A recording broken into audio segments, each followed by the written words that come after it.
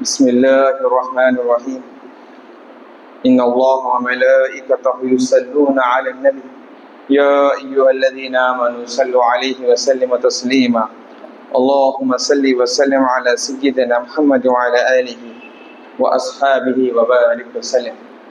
تشریف فرما صدر محترم، تمام اراکین کمیٹی مسجد حاضہ، تمام سامعین اکرام، السلام علیکم ورحمۃ اللہ وبرکاتہ. اللہ کا بہت بڑا فضل کرم، اس کا احسان کہ اس نے ہم گناہ گاروں کو دوبارہ موقع دیا اسی کے گھر میں بیٹھ کر اسی کتاب میں ہم غور و فکر کریں. مالک کا مولا جب تک زندگی دے ہم تمام کو تلاوت قرآن پڑھنے کی توفیق عطا فرما، اور ہم گناہ گاروں کے سینوں کو قرآن مجید سے منور مجلہ فرما دے، اور اس ناچیز کے ذریعے پہ قلب میں اب جاری فرما. عزیزان محترم، بحمد اللہ ہم نے پچھلے اتوار کو سورہ حدید کا آغاز فرمایا تھا، اور سورہ حدید میں ہم نے رکوع نمبر 2 کو تکمیل فرمایا تھا. آئے رکوع نمبر 3 کا ہم آغاز کرتے ہیں. اعوذ باللہ من الشیطان الرجیم، بسم اللہ الرحمن الرحیم.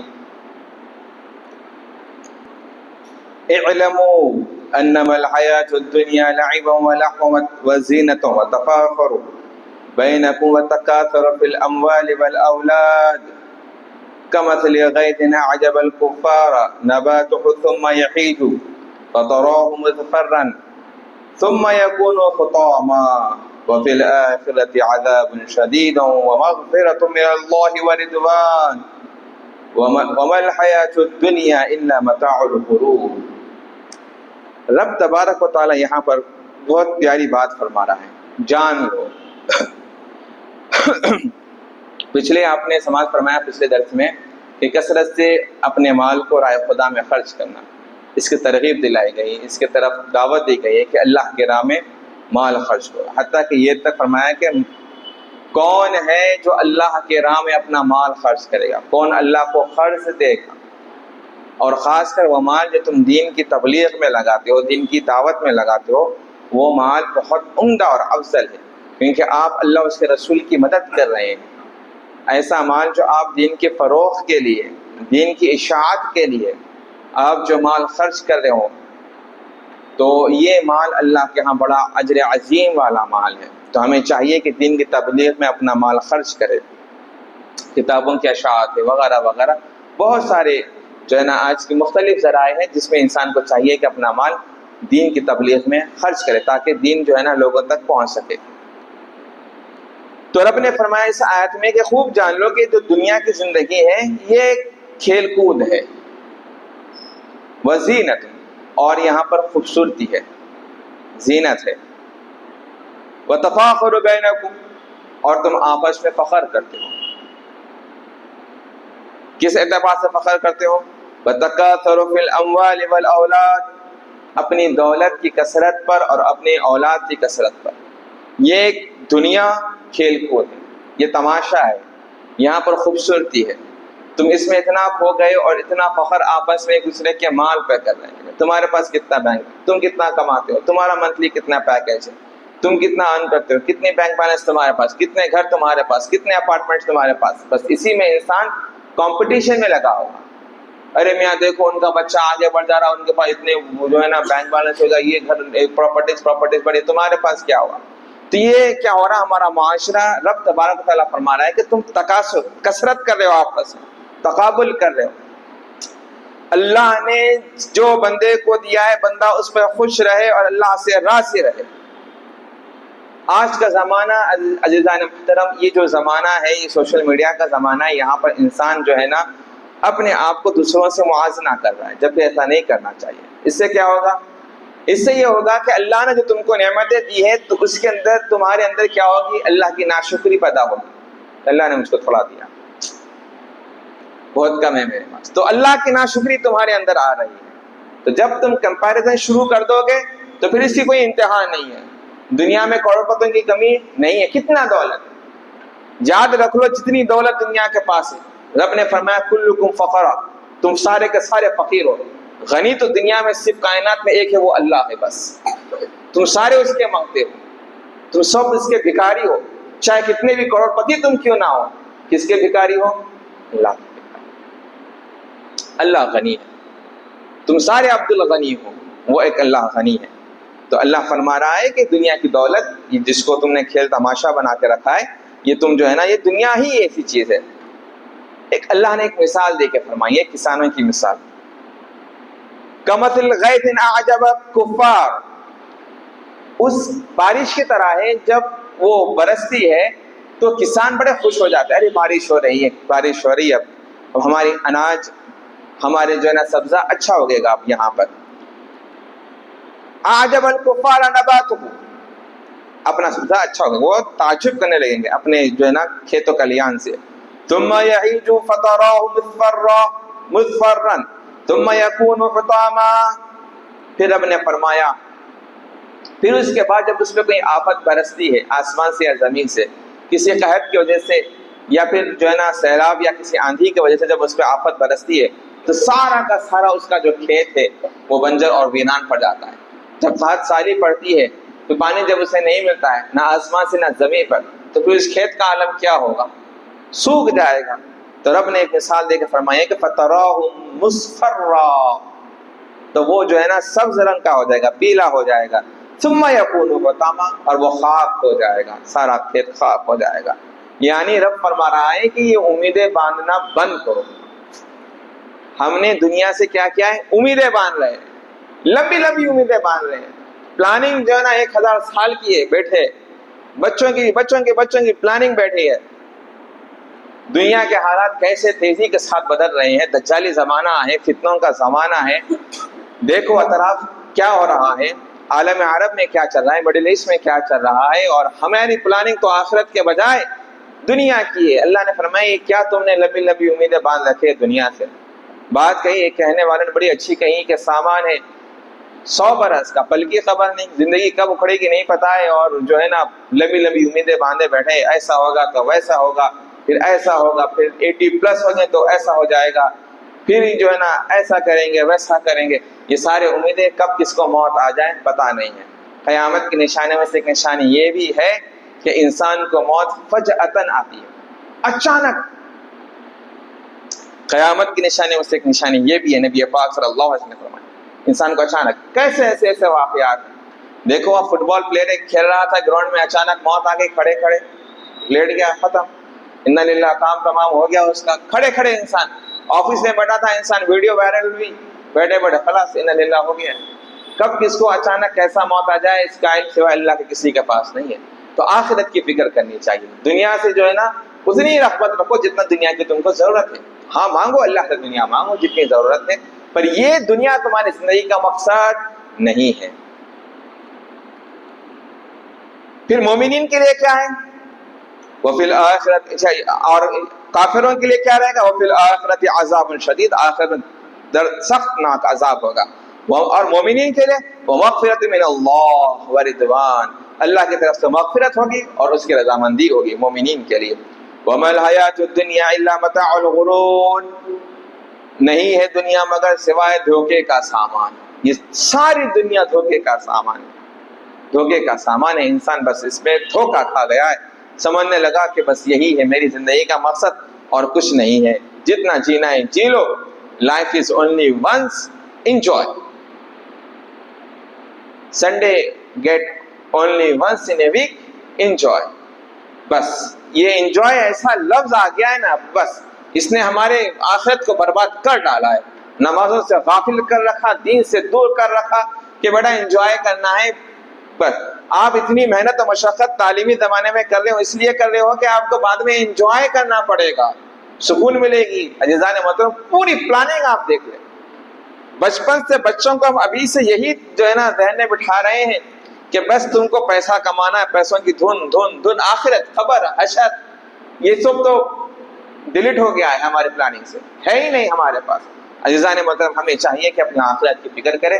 اللہ کے سامنے ہم ہر ایک کو اللہ کے پاس کھڑا ہونا ہے، تو ہمیں چاہیے کہ اپنی آخرت کی خبر کی فکر کریں۔ اگلی آیت میں فرمایا سابقوا الی المغفرۃ، سابقوا الی مغفرۃ من ربکم وجنۃ عرضها كعرض السماء والارض اعدت للذین آمنوا باللہ ورسولہ ذلك فضل اللہ یؤتیہ من یشاء واللہ ذو الفضل العظیم۔ سابقو سب کر لے جاؤ، جلدی کرو. کمپٹیشن لگانا ہے تو نیک کاموں میں کمپٹیشن لگاؤ، صدقہ و خیرات میں کمپٹیشن لگاؤ، رب کی راہ میں مال خرچ کرنے میں کمپٹیشن لگاؤ، یتیموں بیواؤں پہ مال خرچ کرنے پہ، دین کی مدد پہ، اس کی نصرت پہ مال خرچ کرو. نیک اعمال میں کمپٹیشن ہونا چاہیے نا. سابقو سب کر لے جاؤ. اور پھر کیا ہوگا؟ اور ایسی جنت کی طرف دوڑ لگاؤ جس کی جو ارد ہے یعنی چوڑائی ہے وہ زمین و آسمان کی طرف وسیع ترین پھیلی ہوئی ہے. اعدت للذین آمنوا باللہ ورسولہ، یہ ان کے لیے تیار کر رکھی گئی ہے جو اللہ اور اس کے رسول پر ایمان لاتے ہیں. تو مومنین کے لیے جنت کو تیار کر رکھا ہے. ذالک فضل اللہ، اور یہ اللہ کا فضل ہے. یؤتیہ من یشاء، جسے چاہتا ہے وہ دیتا ہے. اللہ جسے چاہتا ہے یہ فضل عطا کرتا ہے. واللہ ذو الفضل العظیم، اور وہی اللہ جو ہے بڑے فضل والا ہے، بڑا فضل والا اللہ ہی ہے. عزیزان محترم، تو اللہ کا فضل جسے چاہتا ہے وہ دیتا ہے، وہ اس کے قبضے قدرت میں ہے. تو ہمیں چاہیے کہ اللہ کا فضل مانگے. اللہم انی اسألک من فضلک و رحمتک، اللہ سے اس کا فضل و رحمت جو ہے نا مانگتے رہے ہمیشہ. ما اصاب من مصیبت فی الارض ولا فی انفسکم الا فی کتاب من قبل ان نبرأها ان ذلک علی اللہ یسیر. جو بھی مصیبت دنیا میں آتی ہے اور جو تم پر آتی ہے یہ پہلے سے ہی کتاب میں لکھ چکی ہے. اسے ہم جانتے ہیں، خوب جانتے ہیں. اللہ کے علم میں سارے مصیبتوں کو اللہ نے لوح محفوظ پر لکھا ہوا ہے. انسان پر جو یہ مصیبت آفت آتی ہے، ان ذلک علی اللہ یسیر، اور یہ اللہ پہ بڑا آسان ہے. اللہ کے پاس تمہاری ہر مصیبت کا پہلے سے ہی علم ہے. عزیزان محترم، یہاں پر دیکھیں انسان پہ جو بھی آفت، جو بھی مصیبت آتی ہے اس کے دو راستے. ایک آیت میں رب نے فرمایا وما اصابک من مصیبت فبما کسبت ایدیکم. سب سے پہلے یہ کہ جو بھی تم پر تمہاری مصیبت آتی ہے تمہارے ہاتھوں کی کمائی ہے. یہ تمہارے ہاتھوں کی کمائی ہے، تمہارے گناہوں کی کمائی ہے جو تم پر جو ہے نا آفت منڈلا رہی ہے. دوسرا یہ جو بھی انسان میں مصیبت آتی ہے باذن اللہ، اللہ کے اذن سے آتی ہے، اللہ کی مشیت سے آتی ہے. تم نہیں جانتے ہو کہ اس کی کیا بھلائی ہونے والی ہے، تم نہیں جانتے. حتیٰ کہ آپ تصور نہیں کر سکتے کہ انسان کا جو بھی نقصان ہوتا ہے، چاہے جسمانی نقصان ہو یا مالی نقصان ہو، ذہنی توازن بگڑتا ہے یا پھر انسان ٹینشن میں بھی آتا ہے. جب بھی کسی انسان پر کوئی بھی مصیبت آتی ہے، ذہنی تکلیف بھی آتی ہے، جسمانی تکلیف بھی آتی ہے، نبی کریم صلی اللہ علیہ وسلم نے فرمایا اللہ اس سے گناہوں کو دھو دیتا ہے. حتی شوکت نشاقوہا، حدیث کے الفاظ ہیں حتیٰ کہ جب بندے مومن کو پیر میں کانٹا بھی چھپتا ہے اس تکلیف سے اللہ اس سے گناہوں کو معاف فرماتا ہے. گلے شکوے نہیں ہونا چاہیے. اللہ کے ساتھ کوئی جو ہے نا بدگمانی نہ کرنا چاہیے. اللہ سے ہمیشہ حسن ظن رکھے، اللہ جو بھی کر رہا ہے بہتر کر رہا ہے. صبر و استقامت اللہ سے مانگے ان لمحات میں. اے فعل اللہ کی بارگاہ میں عرض نہ کرے، یہ وہ نہ کہے. حتیٰ کہ بخار بھی جب آتا ہے، نبی کریم صلی اللہ علیہ وسلم نے فرمایا جب بندہ مومن جب بستر پہ بیڈ ریسٹ ہو جاتا ہے بخار کی وجہ سے لیٹا رہتا ہے، جب وہ بخار سے اٹھتا ہے تو رب تبارک و تعالیٰ اس کے گناہوں کو ایسے جھڑا دیتا ہے کہ سوکھے درخت سے پتے جھڑ کے گر جاتے ہیں. تو انسان میں بخار بھی آتا ہے. حتیٰ کہ سیدہ عائشہ سلام اللہ علیہا فرماتی ہے، نبی کریم صلی اللہ علیہ وسلم کی حدیث ہے، مسلم شریف کی حدیث ہے، کہ جب اس کے اوپر کوئی مصیبت آتی ہے نا، ایک تو اس سے گناہ دھلتے ہیں، گناہ مٹتے ہیں، اور اس کے درجات بھی بلند ہوتے ہیں.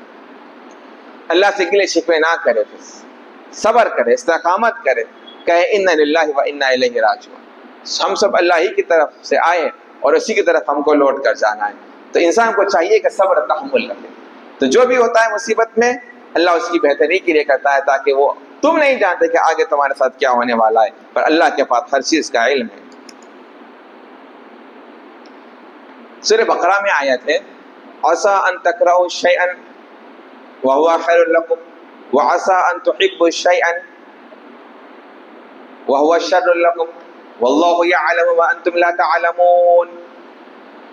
بندہ کسی چیز کو ناپسند کر رہا ہے، اپنی زندگی سے ہٹا رہا ہے، وہ بار بار اس کی زندگی میں آ رہی ہے، دور کر رہا ہے پھر بھی آ رہی ہے. اور ایک چیز ایسی ہے بندہ بے انتہا طلب کر رہا ہے اللہ اس کو اس چیز سے دور رکھ رہا ہے، اس کو نہیں دے رہا ہے، وہ دور رکھ رہا ہے۔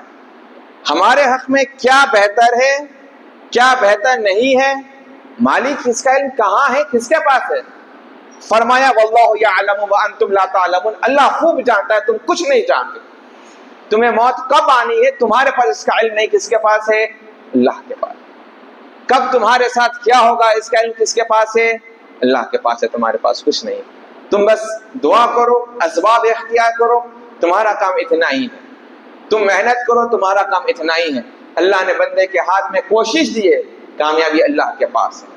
ساری چیزیں محنت کرو، مشقت کرو، اللہ پہ چھوڑ دو، اللہ پہ توکل کرو، چھوڑ دو اللہ پر۔ بہترین کارساز اللہ ہے۔ تو ہمیں چاہیے کہ اللہ سے لو لگائیں، ہر حال میں اللہ سے خوش رہے، ہر مصیبت میں اللہ سے خوش رہے۔ ایک بزرگ کا واقعہ میں سناتا ہوں کہ بزرگ گرے، اپنے شاگردوں کے ساتھ اونٹ پہ جا رہے تھے، وہ اونٹ سے گر گئے۔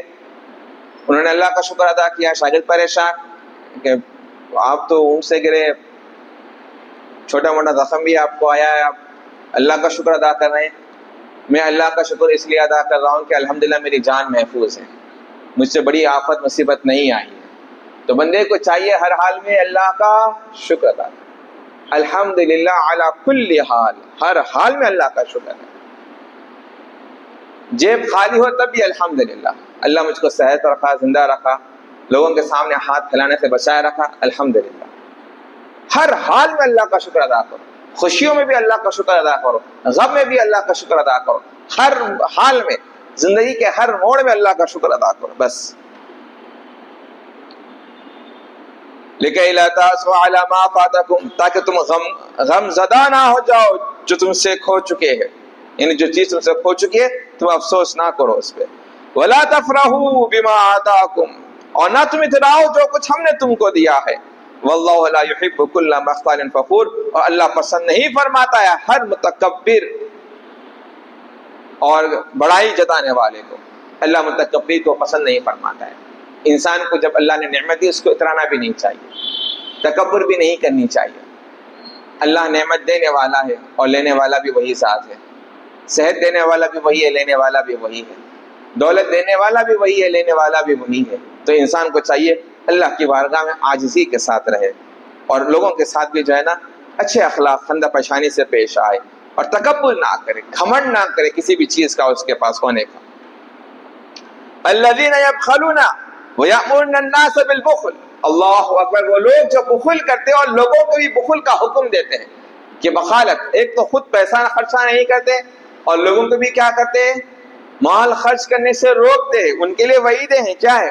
وَمَن يَتَوَلَّ فَإِنَّ اللَّهَ هُوَ الْغَنِيُّ الْحَمِيدُ، اور جو کہیں اس سے پھر جائے تو بے شک اللہ غنی ہے، اسی کے لیے تمام تعریف ہے۔ اللہ غنی ہے، کہہ دیا نا اللہ نے، تمہارے پیسوں کا محتاج نہیں ہے، تم خرچ کرو گے تو فائدہ تمہارا ہے، نہیں کریں گے تو اس سے کوئی نقصان تھوڑی ہے، اس کے شان میں کوئی فرق تھوڑی آنے والا ہے۔ ساری مخلوق بھی عبادت گزار بن جائے تب بھی اس کے شان میں فرق آنے والا نہیں ہے، ساری مخلوق بھی گناہ گار ہو جائے تب بھی اس کے شان میں کوئی فرق آنے والا نہیں ہے، وہ غنی ہے۔ آپ خرچہ کریں گے آپ کا فائدہ ہے، آپ عبادت کریں گے آپ کا فائدہ ہے، آپ کے نیکیوں میں اضافہ ہوگا، پر اللہ کی شان تو غنی ہے۔ اور اس سے مراد یہودیوں کی بھی ہے۔ یہودی کیا کرتے تھے، نبی پاک صلی اللہ علیہ وسلم کے بارے میں جو باتیں توریت اور انجیل میں موجود تھی وہ اس کو چھپاتے تاکہ لوگ ہم سے ڈسکنیکٹ نہ ہو جائے، لوگ ہم سے جڑے ہیں، اگر ہم ان کو آخر نبی کے بارے میں بتا دیں گے تو پھر لوگ ہم سے چھوڑ کر جو ہے نا ان کے پاس چلے جائیں گے۔ تو یہودی علماء نے اس میں بڑا اہم کردار نبھایا ہے، ان کے لیے بڑی وعید آئی ہے کہ وہ نبی پاک صلی اللہ علیہ وسلم کی شان کو چھپاتے تھے، جو توریت اور انجیل میں لکھی ہے، ان کا نام احمد تھے، سب باتیں وہ چھپایا کرتے تھے۔ اللہ نے ان کے بارے میں یہ آیت نازل فرمائی، لقد ارسلنا رسلنا بالبينات وانزلنا معهم الكتاب والميزان ليقوم الناس بالقسط، بے شک اللہ نے بھیجا ہے رسولنا، اپنے رسولوں کو کھلے نشانیوں کے ساتھ، اور ان کے ساتھ نازل کیا کتاب کو، والمیزان کو، عدل کو، لیقوم الناس بالقسط، تاکہ لوگوں میں عدل قائم کر سکے۔ اللہ تبارک و تعالیٰ عدل و انصاف کو بے انتہا پسند فرماتا ہے، لوگوں کے درمیان عدل کرے، انصاف کرے، کسی کی بھی حق تلفی نہ ہو، کسی کے حق کی حق تلفی ہرگز نہ ہو۔ وَأَنزَلْنَا الْحَدِيدَ فِيهِ بَأْسٌ شَدِيدٌ وَمَنَافِعُ لِلنَّاسِ، اور اسی نے ہی آسمان سے اتارا حدید کو۔ اب جو سورہ حدید جو ہم پڑھ رہے ہیں اس کا نام کیسا آیا؟ اسی آیت کے ذریعے آیا۔ اس میں اسی آیت میں حدید کا لفظ آیا، اور حدید کا معنی کیا ہے؟ لوہا۔ حدید کا معنی کیا ہے؟ لوہا۔ اسی نے آسمان سے لوہے کو اتارا۔ یہ جتنے کیمیکلز آپ کو زمین کے نیچے ملتے ہیں، معدنیات، یہ زمین کی پیداوار ہے ہی نہیں۔ کہاں سے آئے سب؟ یہ آسمان سے آئے۔ جب بگ بینگ تھیوری ہوئی تھی تو اس میں کئی سارے کیمیکلز تھے، وہ جڑ کر جو ہے نا آپس میں مل کر جو ہے نا اللہ ہی نے جو ہے نا آسمان سے لوہے کو اتارا۔ اللہ نے اتارا، یہ زمین کی چیز ہے ہی نہیں، یہ آسمانوں میں پائی جاتی ہے۔ جو ایسٹرائڈس وغیرہ کی شکل ہے، بہت ساری اس کی شکلیں صورتیں ہیں، گیسز ہوتے ہیں اس کے، تو اسی کے ذریعے اللہ نے کئی سارے شکلوں میں جو ہے نا لوہے کو زمین پہ اتارا ہے۔ اللہ ہی نے جو ہے نا اتارا۔ کیوں؟ یہ جو ہے نا کئی سارے یہ مضبوط ہے جس سے اسلحہ بنتے ہیں، ویپنز بنتے ہیں۔ کوئی اس کو برے وے میں استعمال کرتا ہے، کوئی اس کو اچھے راستے میں استعمال کرتا ہے، پر اللہ نے فرمایا اس میں ہم نے لوگوں کے لیے بڑی منفیت رکھی ہے، بڑا منفیت ہے۔ لوہا کہاں استعمال نہیں کرتا ہے انسان؟ اپنے کنسٹرکشن میں استعمال کرتا ہے۔ جس مسجد میں ہم کھڑے یہاں بیٹھے ہیں تو یہ بھی اس میں جو ہے نا دیکھے بیس میں پلرز میں ہر جگہ ہر گھر میں لوہا لگا ہوتا ہے، تو یہ اللہ نے اتارا ہے آسمان سے لوگوں کے منفیات کے لیے۔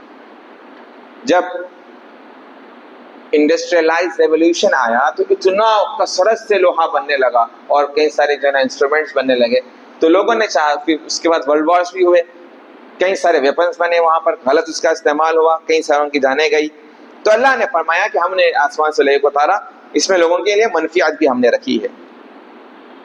وَلِيَعْلَمَ اللَّهُ مَن يَنصُرُهُ، اور اللہ خوب جان سکے کہ کون اس کی مدد کرتا ہے، وَرَسُولَهُ، اور اس کے رسول کی، بالغیب، غیب میں۔ ان اللہ قوی عزیز، بے شک اللہ بڑی قوت والا اور غالب ہے۔ صدق اللہ العظیم۔ الحمدللہ جزائر محترم، آج ہم نے جو ہے نا یہ رکوع نمبر 3 کو تکمیل فرمایا۔ ایک آخری رکوع سورہ حدید کا رہ گیا ہے، میں انشاءاللہ آنے والے اتوار کو آپ کے سامنے بیان کروں گا۔ تو بہرحال گزارش یہی ہے کہ آپ پابندی کے ساتھ اسی طرح سے جو ہے نا شرکت کرتے رہیں، درس قرآن چلتا رہے گا، اور پیاری باتیں آج ہم کو سیکھنے کے ملی دنیا کے بارے میں، حیات کے بارے میں۔ اللہ نے فرمایا کہ دنیا کھیل تماشا ہے، بس یہ پہلی آیت آپ دیکھیے، آیت نمبر 20 سورہ حدید، اس کا ترجمہ بار بار سنتے رہیں، یہ آپ کو نچوڑ کے رکھ دے گی، ہلا کے رکھ دے گی کہ انسان کیا سمجھ رہا ہے دنیا کو اور اس کی حقیقت کیا ہے اللہ کے نزدیک۔ یہ صرف کھیل تماشا ہے، اس سے زیادہ لو نہ لگائے، اس سے زیادہ محبت نہ کرے، بس اتنی جتنا آپ نے یہاں رہنا ہے۔ آپ مسافر خانہ ہے، راہب ہے، کچھ دیر کے لیے یہاں پر آئے پھر یہاں سے چل پڑے۔ نبی کریم صلی اللہ علیہ وسلم نے فرمایا کہ دنیا کی مثال ایسی ہے مسافر کی طرح، درخت کے نیچے کتنی دیر وہ رکے گا؟ کچھ دیر رکے گا پھر وہ چل پڑے گا، بس وہی ٹائم ہے تمہاری زندگی یہاں پر ہے۔ جب انسان ایک آخری مثال دے کے اپنی گفتگو کو میں ختم کرتا ہوں، آپ مسافر کو دیکھیں، وہ اپنے ساتھ توشہ رکھتا ہے، ٹفن رکھتا ہے، وہ اپنے جتنا وہ سفر ایسٹیمیٹ کرتا ہے کہ اس کو کتنے دن رہنے کا ہے، اس کے حساب سے وہ اپنے سفر کی تیاری کرتا ہے۔